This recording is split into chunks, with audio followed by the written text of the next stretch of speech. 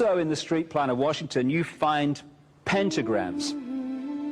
So here we have two pentagrams in the street plan of Washington. The top one points into the Capitol building, and the one at the bottom points into the White House. This is a political building, so we're told. In fact, it's a temple to a secret society, built by the Freemasons to a specific design, Congress, the Congress building.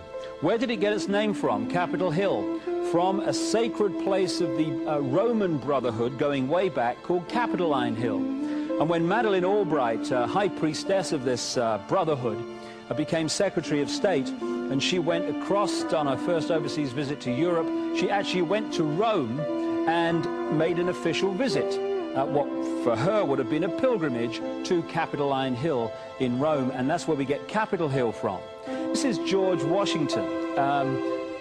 In the last century, they decided they didn't have a decent statue of George, so instead of getting an American to produce one, they ordered it from Italy, from Florence.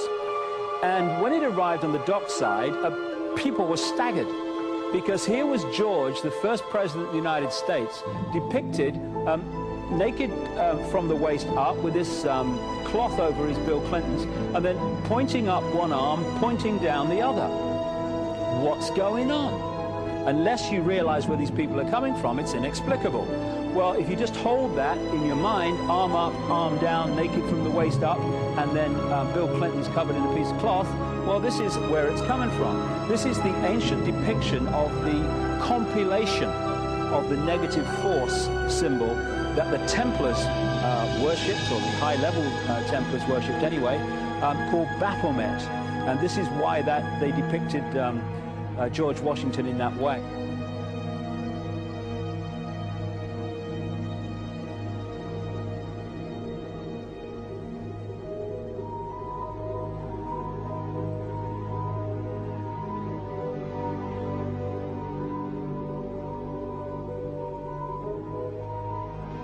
What has come to light is that it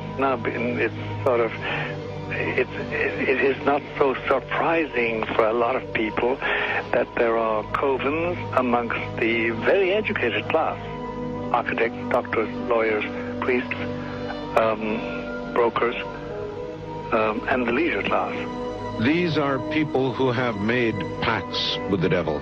That's right. It's really the best, the more accurate way of describing it would be that they have indulged themselves in the worship of the goat, of the prince, of the serpent, of Satan, of Lucifer, and they lead perfectly normal lives. They're jewel merchants. They travel. They're prominent in their own way, but they do have this indulgence. Father, here's a part of that I can never understand. That has never made sense to me, and that is, if somebody were to make a pact with the devil,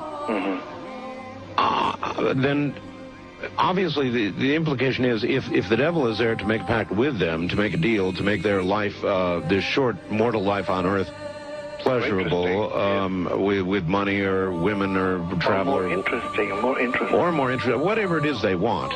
Yes. Then they are aware of the presence of the devil, and they are obviously aware then of the presence of God as well, and they nevertheless make a conscious, stupid, short-term, blind choice to take what they can get in this lifetime. And to embrace one, you must embrace the other. It's not like it's some wishy-washy person. I know you do. It is a very not easy to understand, except when you talk with them, when they let their hair down and peel grapes, as we say, and when they're on their way to being cured of what or healed is the proper word. You find that there's an exhilaration and a satisfaction which is both sensual and sexual and mental when they really indulge in Luciferian worship. There is a peculiar exhilaration. Like a drug, then? Yes, it's a peculiar exhilaration. And of course, the godly instincts in us all, the angelic in us all, because we all have something angelic and something godly, besides everything else, a lot of other negative things, that is quenched. And you find in them a horror of anything, what we call sacred and holy, or sacrosanct, or the idea of the idea of the sacred, of the awesome.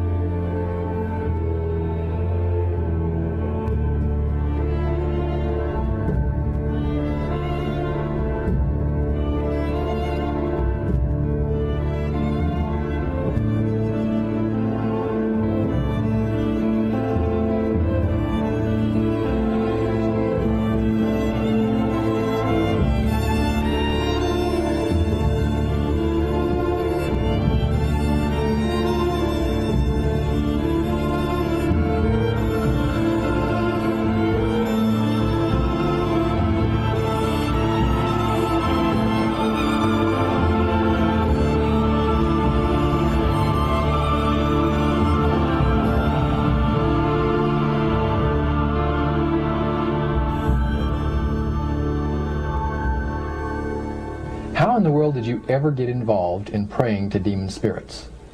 A fellow that had been on a particular ship with me, he told me, "Hey, I got something fantastic to tell you." He said, "I am affiliated with people that speak with the spirits of the dead. How would you like to talk to the spirit of your dead mother?" And I was shocked. I was shocked. He said, "You wouldn't be afraid of talking to the spirit of your dead mother, would you?" Well, I said, "I'll tell you what, I would have to give that some thought, because it's something I never thought about before in my life." Most of us probably haven't. A little afraid of something like that. Well, he says, you know, it's written all over your face. You're afraid of going to a seance. But he says, "I know you. He says, you're going to come."